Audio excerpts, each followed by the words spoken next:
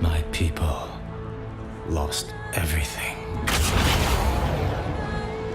Their light was extinguished, replaced by a hunger for magic and vengeance.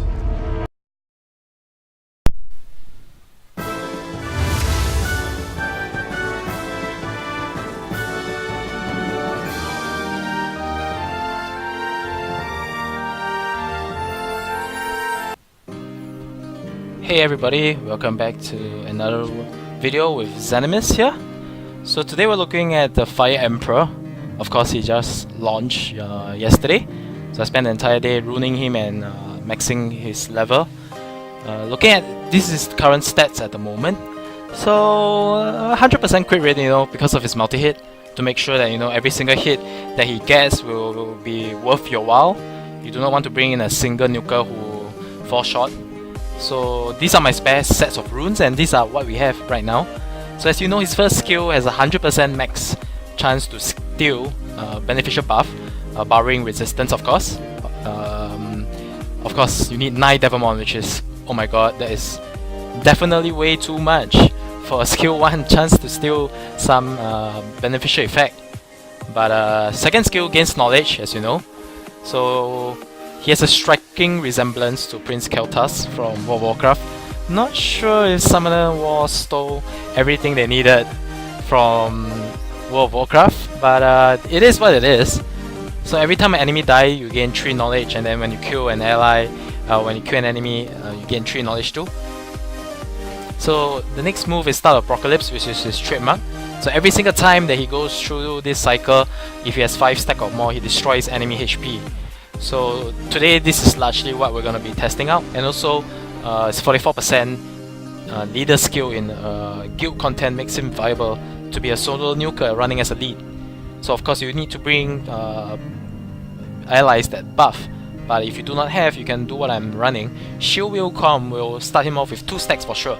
So if you have another ally, maybe say Galleon, that starts with Time to Loot, so that is 3 stacks, and you're pretty much with Armor Break and 3 stack, you're pretty much good to go and nuke something off. And when something dies, you get another 3 stack.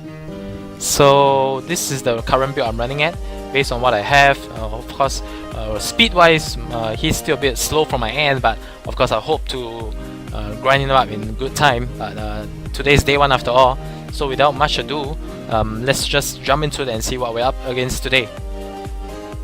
So the guild war just started against a Chinese guild, which I can't read any of the words. So let's just look for...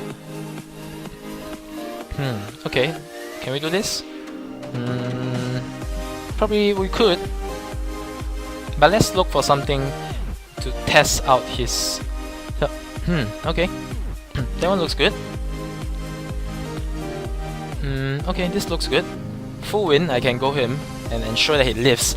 So that's the whole objective, to test him for 3 rounds.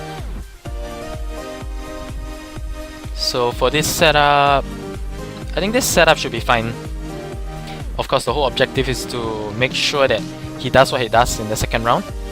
So let's just jump into it. Let's go.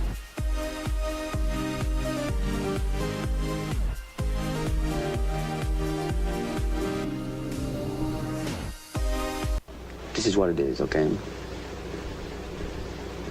I said empty your mind. Be formless, shapeless, like water. Now you put water into a cup, it becomes the cup. You put water into a bottle, it becomes the bottle. You put it in a teapot, it becomes the teapot. Now water can flow, or it can crash. Be water, my friend. So here we go. This is what really matters. So as we say, start off with 2 stacks. A stack giving 2 more stacks and an attack bar buff. Just gonna chip away some. Not gonna use his ultimate now, because it's not gonna destroy anything.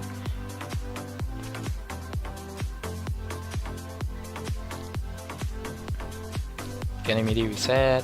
That's fine. What should I chip? Let's just chip on the reviver.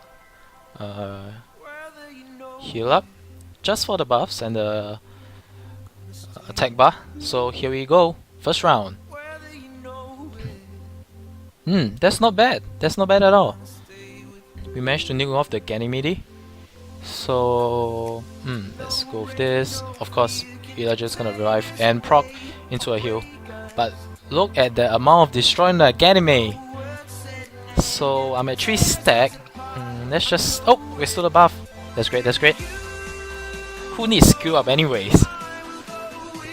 Ah, great. More revive later on for sure.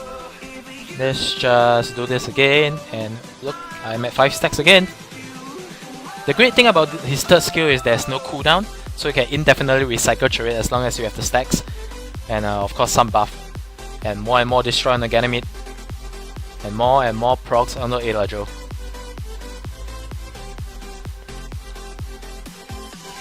I should be able to kill something at 3 stacks, considering how much and how low they are. So that does it. So the first round is in the bag. Pretty happy with what I'm looking at right now, especially when my runes isn't the best. And of course this red color aura that you see is not the one from World Arena, it's natural Awaken aura by the way guys. So round 2. Okay, this one looks like, you know, your Teo, Chasun, Kemun combination. I think that it will be a good unit for me to test on, especially when you see a lot of them. Of course, you do not have the units that I have, but you can bring attack bar buffer, probably Galleon, and for the attack bar, and then another attack bar booster to get him all charged up and moved. Not gonna nuke right now. Oh, that's a squishy Kemun. Of course, Chasun doing Chasun things, and I'll need armor break. Okay, as long as I have 1 armor break and 5 stacks, I have confidence. Let's go. Moment of truth. Ah, that's great. Probably too much, you know, too little damage on the Tiomas there, but I suppose it's in the bag unless Tiomas go crazy. Which Tiomas didn't, thanks to Bastat's shield. Let's just nuke.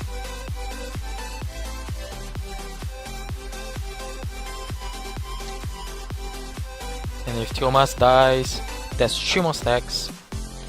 And then the stat buff, and I'm 5 stacks again. Let's just fully heal up and go off for 1 final nuke. Bam, bam, bam, bam, bam. Oh, those are some pretty good numbers.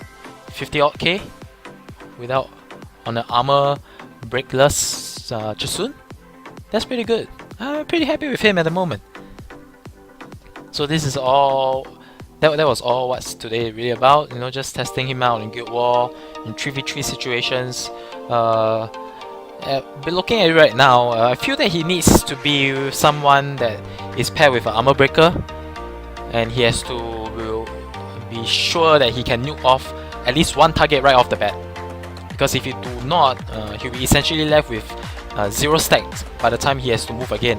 Of course, violence ensure this, but I do not have pretty good violence left over at the time being. So I'm just gonna run him shield wheel. I really like the idea of starting off with 2 stacks of knowledge.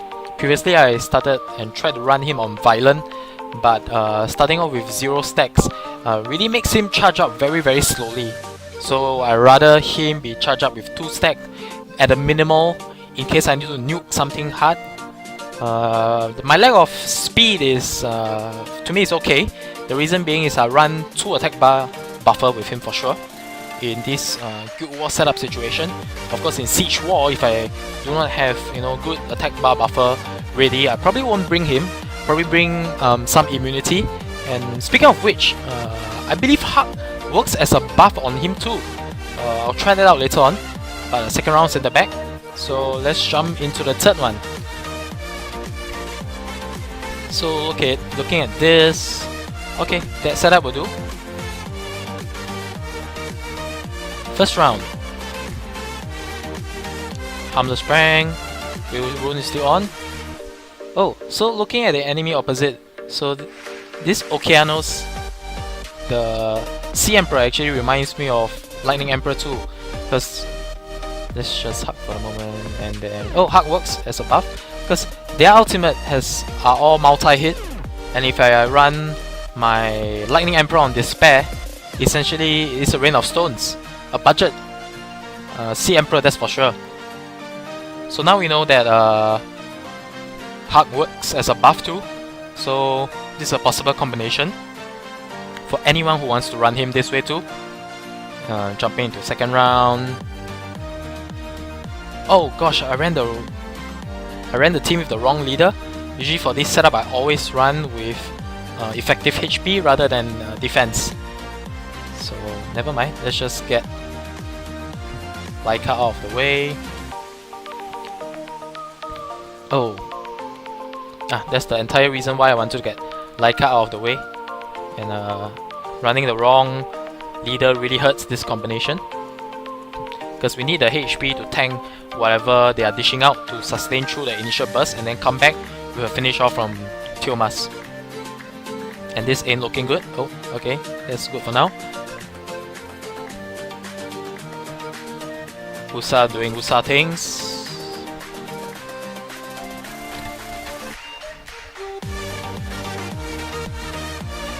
And let's just do this.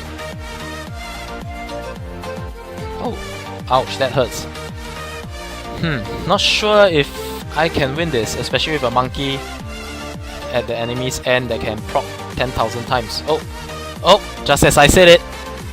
So, okay, I've lost. So this is what always happens in Guild War, isn't it? The enemy always procs more than you, all the time. You see? There it goes again. Monkey going on, and I've lost. There's no way I can proc my way out of this, for sure. So yeah, I'm pretty happy with what I see. And also another monster of note will be Bega. I'll call him Bega for now. Look at his base speed, 111. That's as fast as a Chloe. And his third skill, he actually attacks and removes all beneficial buff on the enemy, and weaken defense at the same time. So this is very good single target setup for your next nuker. So whatever the enemy has buffed, you can put this guy on a slow build, shield, wheel, and have him remove everything and have your single target hitter nuke off the target that he armor breaks. So you're not afraid of all beneficial effect, which is pretty damn decent for a net 3, I might say.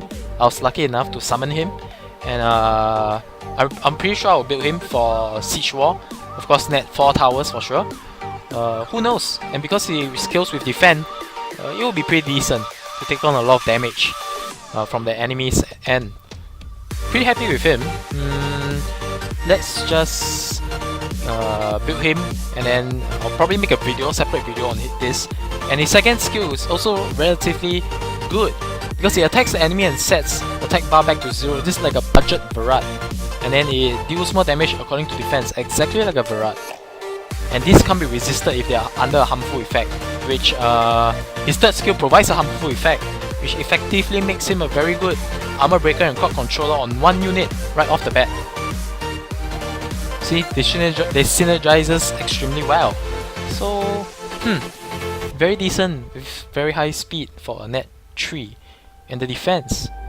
And then his first skill, of course, reduces attack bar, and yeah, I think this is a unit out of every elemental new release that is totally worth building. His base speed at 111 makes him insane as a net 3. You can build him swift with guard if you want some extra defense, or basically, or probably from my end, I will probably be building him on a guard whale set or swift whale, just to ensure that he's fast, yet at the same time, in case I get outsped, I have that wheel there to tank some damage before I move into a remover. And then his brother here is pretty decent too. He comes back from death after being defeated, much like what Iona does. I'll be looking to build him and try him out too, but definitely the water one will be the one that I'll be looking at. So everything else, his second skill and the first skill, is essentially the same. So that's all we have for this week, guys. See you next time. Bye bye.